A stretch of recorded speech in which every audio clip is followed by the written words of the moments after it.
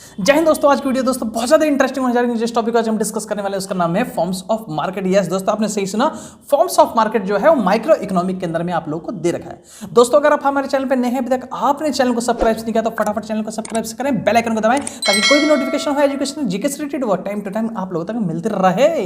तो क्लास को कर लेते हैं फटाफट कंटिन्यू। दोस्तों ध्यान दीजिए, फॉर्म्स ऑफ मार्केट आपके स्क्रीन पर साफ दिखाई दे रहा है। मार्केट शब्द जब हमारे दिमाग में आता है तो हमारे दिमाग में एक ही बात आती है कि large number of buyer and seller, कई सारे बायर और कई सारे सेलर जहां मिलते हैं उसी को दोस्तों हम मार्केट कहते हैं। मार्केट के डिफरेंट टाइप्स होते हैं जो कि हम इसके अंदर में रीड करेंगे। दोस्तों मार्केट वर्ड आपको समझ में आ चुका। मार्केट वर्ड जैसे आता है हमें एक बात दिमाग में आती है, मार्केट का मतलब होता है बहुत सारे बायर और बहुत सारे सेलर। मतलब आप यहां पे डायग्राम में समझ सकते हैं, ये आपके पास में जितने बंदे हैं वो बायर है और आपके पास में दूसरे बंदे कौन है, सेलर है। दोस्तों बायर एंड सेलर जहां पे मिलते हैं उस जगह को दोस्तों हम कहते हैं मार्केट। ये आपके नजदीक कई सारी मार्केट हो सकती है, जैसे सेक्टर एरिया में हो सकता है, कॉलोनीज में हो सकता है, अदर थिंग्स में। ये सारे के सारे दोस्तों क्या है, आपके मार्केट्स हैं। तो मार्केट क्या है, जहां पे बायर और सेलर आपस में मिलते हैं। किस लिए मिलते हैं? To exchange of product and services. Seller क्या कर रहा है, सेलर इसको क्या दे रहा है बायर को, आप ध्यान दीजिए, सेलर बायर को दे रहा है सर्विस एंड प्रोडक्ट दे रहा है या फिर सर्विस दे रहा है।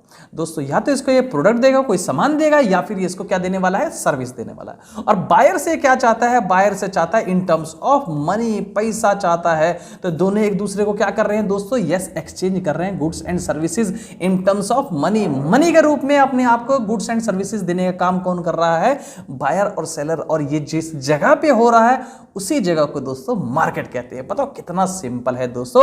आइए आगे कर लेते हैं हम धीरे धीरे। अब दोस्तों इसके अंदर में आता है कॉन्सेप्ट ऑफ मार्केट। तो मतलब मार्केट का कॉन्सेप्ट क्या है, देखिए ध्यान दीजिए। ऑर्डिनरली मतलब कि सिंपल वे के अंदर में क्या होता है, for an individually it would be means a shopping complex. अगर हम बात करते हैं किसी शॉपिंग कॉम्प्लेक्स की, वो क्या चीज है दोस्तों, हमेशा शॉपिंग कॉम्प्लेक्स मार्केट में ही बनेगा। अब बताइए जितनी भी कंपनीज है, लाइक दैट आप एग्जांपल ले सकते हैं, रिलायंस फ्रेश का ले सकते हैं आप एग्जांपल, या सुपरमार्केट का आप एग्जांपल ले सकते हैं। ये सारे के सारे शॉपिंग कॉम्प्लेक्स जो हैं वो कहां काम कर रहे हैं दोस्तों, तो यस आप लोग के दोस्तों मार्केट के अंदर में ही एग्जिस्ट करते हैं। But for the students of economic students के लिए दिस इज नॉट करेक्ट। ये सिर्फ करेक्ट नहीं होगा, क्योंकि हम सिंपल वर्ड के अंदर में तो समझते हैं कि ये मार्केट है, लेकिन इकोनॉमिक के कॉन्सेप्ट में मार्केट की डेफिनेशन बिल्कुल अलग हो जाती है और डिटेल में समझते हैं, क्योंकि ये तो नॉर्मली है और हम नॉर्मल लैंग्वेज तो पढ़ते नहीं है ना, इसको और अच्छी लैंग्वेज में पढ़ते हैं। इन इकोनॉमिक में the concept of market has special meaning. Market का मतलब ही कुछ और है। It does not refers to any geographical area where goods are sold and purchase. इसका मतलब सिर्फ वो जगह नहीं है जिस जगह पे गुड्स को परचेज या सेल करने का काम होता है। इंस्टेड इसकी जगह it refers to all such system, वो सारे सिस्टम जो कि हमको बताएंगे बायर और सेलर के बीच में। मतलब बायर और सेलर जब एक दूसरे से प्रोडक्ट्स सेल्स करते हैं या परचेज करते हैं, वो सभी सिस्टम को पढ़ना है हमें, और वही हम इसको मार्केट के रूप में लेंगे इन इकोनॉमिक में। जनरल टर्म्स के अंदर में मार्केट वो प्लेस है जिस प्लेस में बायर और सेलर आपस में गुड एंड सर्विसेज को एक्सचेंज करते हैं। The system could be simple, system बिल्कुल सिंपल हो सकता है। ये मेल के मेथड, इलेक्ट्रॉनिक मेल से हो सकता है, टेलीफोन से हो सकता है, किसी भी टाइप से कम्युनिकेशन करके भी मार्केट के अंदर में बायर और सेलर आपस में क्या कर सकते हैं, चीजें को परचेज या सेल कर सकते हैं। Online market does not involve any shopping complex. किसी भी शॉपिंग कॉम्प्लेक्स में ऑनलाइन मार्केट नहीं होती है दोस्तों। The concept of market refers to all such system or arrangement that they bring the buyer and seller in contract with each other to settle the sale and purchase of goods. मतलब कि goods and sale को settle करने के लिए वो आते हैं। It does not refers any shopping complex. साफ लाइन इसने दोस्तों इसमें लिख ली है कि किसी भी शॉपिंग कॉम्प्लेक्स इसमें हम इंक्लूड नहीं करेंगे। ये सिस्टम की बात करता है, अरेंजमेंट की बात करता है। ये सिस्टम और अरेंजमेंट बताइए कि किस तरीके से बायर एंड सेलर एक दूसरे से मीट करते हैं, एक दूसरे से क्या करते हैं, एक दूसरे से सेल एंड परचेज करते हैं। दोस्तों ये हो गया आपका क्या चीज, मार्केट का। अब आते हैं दोस्तों फॉर्म्स ऑफ मार्केट जो कि आपके पास साफ दिखाई दे रहा। अब दोस्तों हमको ये पढ़ना है इकोनॉमिक में फॉर्म्स ऑफ मार्केट क्या है। तो पहला परफेक्ट कंपटीशन, दोस्तों आज इसके ऊपर पूरी तरह बात करने वाले हैं। What is perfect competition? Perfect competition वो कंपटीशन होता है जैसे आपके सराउंडिंग्स में अगर आपने सब्जी मंडी देखी हो या फिश मार्केट देखी हो, ऐसी मार्केट जिस मार्केट में खूब सारे बायर और खूब सारे सेलर हो, दोस्तों इसी को हम परफेक्ट कंपटीशन कहते हैं।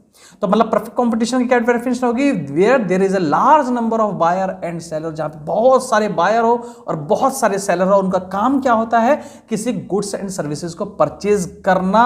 लेकिन इसमें एक चीज होती है, कौन से प्रोडक्ट को लेते हैं? तो वो लेते हैं होमोजीनियस।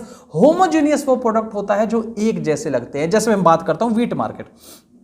दोस्तों अगर आप व्हीट मार्केट, आप राइस मार्केट, या आप किसी भी टाइप से भिंडी मार्केट ले सकते हो, आप इसी टाइप से किसी भी मार्केट की मैं बात करता हूं, आप इस मार्केट के अंदर में जाते हो तो आप देखोगे क्या व्हीट की एक ही वैरायटी होती है? तो नहीं, व्हीट के नंबर अगर जैसे 101, 103, 105 ऐसे व्हीट के नंबर हो गए।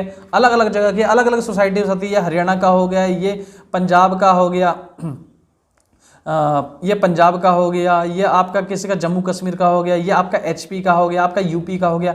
ये क्या वैरायटीज हो सकती है, कई सारी की वैरायटी हो सकती है व्हीट की, या फिर कई सारी वैरायटीज हो सकती है दोस्तों की चीज की, राइस की। मतलब क्या मार्केट के अंदर में बहुत सारे बायर हो गए। आप व्हीट मार्केट में जाओ, आपको देखोगे बहुत सारे बायर होंगे, बहुत सारे बायर परचेज करेंगे। या आप राइस मार्केट की बात करते हो, बहुत सारे सेलर्स होंगे, वो क्या कर रहे हैं? होमोजेनियस को प्रोडक्ट कर रहे हैं। एक जैसे दिखने वाले सारे प्रोडक्ट गेहूं के एक जैसे दिखते हैं, सारे के सारे प्रोडक्ट को बेचने का और खरीदने का काम कर रहे हैं।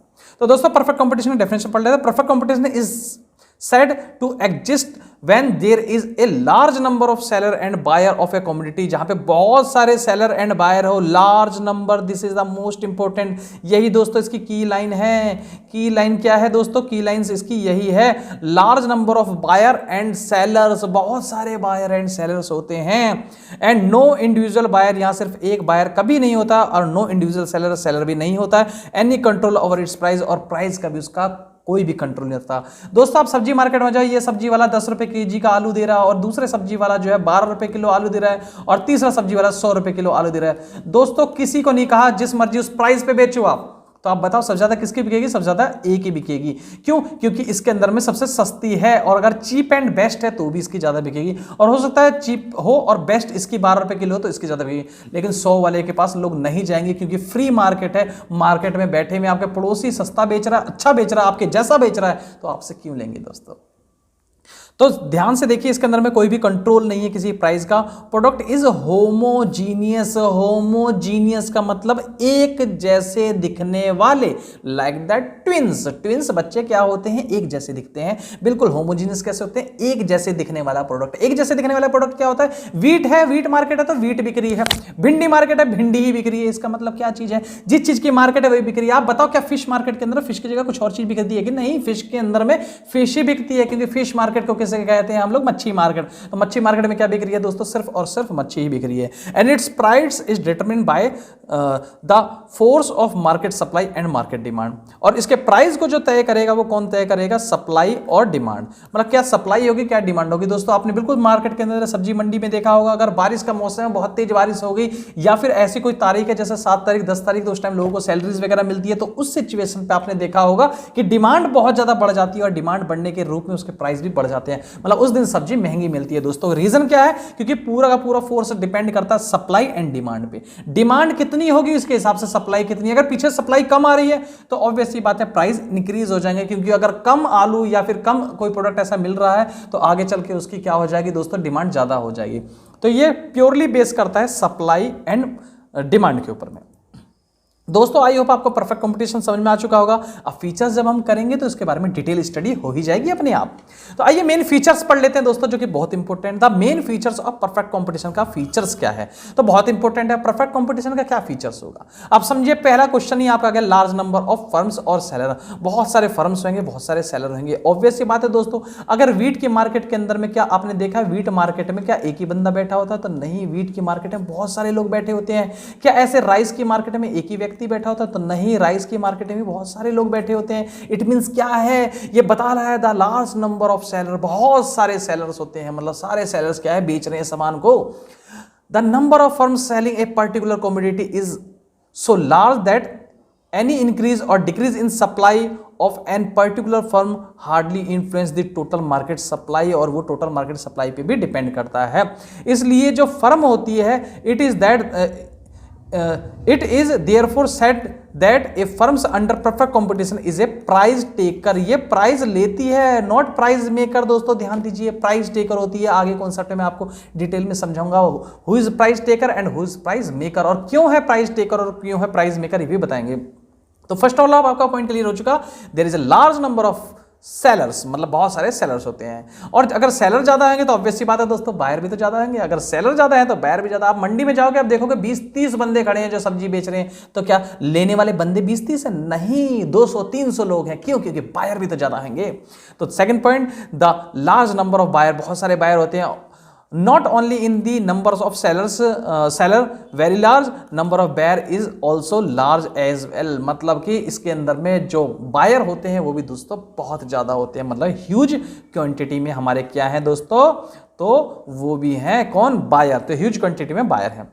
दोस्तों third point is the homogeneous product. दोस्तों होमोजीनियस मैंने बताया आप लोगों को, सेम दिखने वाले प्रोडक्ट को होमोजीनियस कहते हैं। जैसे इसमें आप एग्जांपल ट्विंस ले सकते हैं। Twins brother and sister means क्या होता है? एक जैसे दिखने वाले, सेम रंग रूप होते हैं। तो आप बताइए कि गेहूं जो होती है चावल से अलग हो सकती है। गेहूं जो होता है आपका गोल्डन कलर का होता है, और जो राइस होती है आपको व्हाइट कलर की होती है। दोनों अलग अलग हो सकते हैं, लेकिन क्या सारे गेहूं एक जैसे नहीं है? बिल्कुल एक जैसे हैं, क्योंकि सबके सब एक जैसे दिखने वाले होते हैं। तो होमोजेनियस का मतलब वो प्रोडक्ट बेचते हैं जो एक जैसे हैं, मतलब व्हीट मार्केट है तो व्हीट मार्केट है, राइस मार्केट है, या आपकी फिश मार्केट है fish market. All the sellers sell identical product. दोस्तों या आइडेंटिकल यूनिट्स, मतलब सेम दिखने वाले ऑफ द गिवन प्रोडक्ट, बिल्कुल इस तरीके से ताकि सेम दिखने वाले प्रोडक्ट हो। An importance conclusion can be drawn for this feature, और आप उसके बारे में तभी आप अलग अलग कर सकते हो जब उसके अलग अलग फीचर्स हो। मतलब मान के चलिए आप एप्पल खरीदने गए हुए हो किसी फ्रूट मार्केट के अंदर में, तो एप्पल अगर खरीदने के लिए गए हो तो एप्पल को आप देखोगे डिफरेंट एप्पल, एक एप्पल 100 का है, एक एप्पल 150 का है, एक एप्पल 200 का है। तो तीनों के अंदर में वेराइटीज होगी, वैरायटी 1, वैरायटी 2, वैरायटी 3। इसमें से बेस्ट कौन सी होगी? तो आप कहोगे बेस्ट 200 वाली होगी। क्यों? क्योंकि वो लाल होंगे और बहुत अच्छे कैटेगरीज के अंदर में होंगे, कोई भी उसमें दाग धब्बे नहीं होंगे, मतलब बेस्ट क्वालिटी है। ये क्या बता रहा है आपको? होमोजेनियस प्रोडक्ट होंगे, लेकिन अगर वो अलग अलग होंगे उसके फीचर्स के हिसाब से, दोस्तों साफ लिखा हुआ है, फीचर्स के हिसाब से आप उसका कंक्लूजन निकाल सकते हो कि हु विल बी बेस्ट, कौन सा बेस्ट होगा। तो दोस्तों आई होप आपको तीनों पॉइंट ये क्लियर हो चुके हैं। चलते हैं नेक्स्ट स्लाइड के ऊपर में। नेक्स्ट स्लाइड दोस्तों क्या कहता है, आप समझिए मेरी बात को, बिल्कुल सिंपल है। आप बताइए अगर आपने कभी सब्जी ना खरीदी हो और आप सब्जी खरीदने चले जाए तो क्या सब्जी ला सकते हैं? बिल्कुल नहीं ला सकते। वेजिटेबल फ्रूट्स खरीदना कोई आसान काम नहीं है दोस्तों। क्यों नहीं है? क्योंकि इसके अंदर बहुत सारी वैरायटीज होती है और उसको पहचानना इतना डिफिकल्ट होता है। तो कौन पहचान सकता है? जो बार बार खरीदता है। कितना सिंपल है। क्यों? क्योंकि जो बार बार खरीदता है उसको परफेक्ट नॉलेज होगी उस चीज की। बिल्कुल सिंपल सी बात है दोस्तों, क्योंकि आलू को चुनने का तरीका और टमाटर को चुनने का तरीका अलग अलग होता है दोस्तों। हर प्रोडक्ट को चुनने के तरीके अपने अलग अलग हैं। वो रीजन क्या होता है? रीजन होता है परफेक्ट नॉलेज। तो दोस्तों फोर्थ पॉइंट क्या कहता है? Perfect knowledge. Buyer and seller are fully aware of the price prevailing in the market. Market में बिकने वाले प्रोडक्ट के रेट के बारे में पहले उसको पता होना चाहिए। अगर उसको रेट के बारे में पता नहीं होगा तो कोई भी उसको लूट लेगा। दोस्तों यही बात इसके अंदर में साफ साफ लिखा हुआ है कि उसको परफेक्ट नॉलेज होना चाहिए प्राइस के बारे में और तो और प्रोडक्ट के बारे में। इसको प्राइस का भी पता हो कि प्राइस सही क्या है, और दूसरा इस भाई साहब को प्रोडक्ट के बारे में भी पता हो। दोनों चीज पता होगी तभी वो प्रोडक्ट परचेज कर सकता है।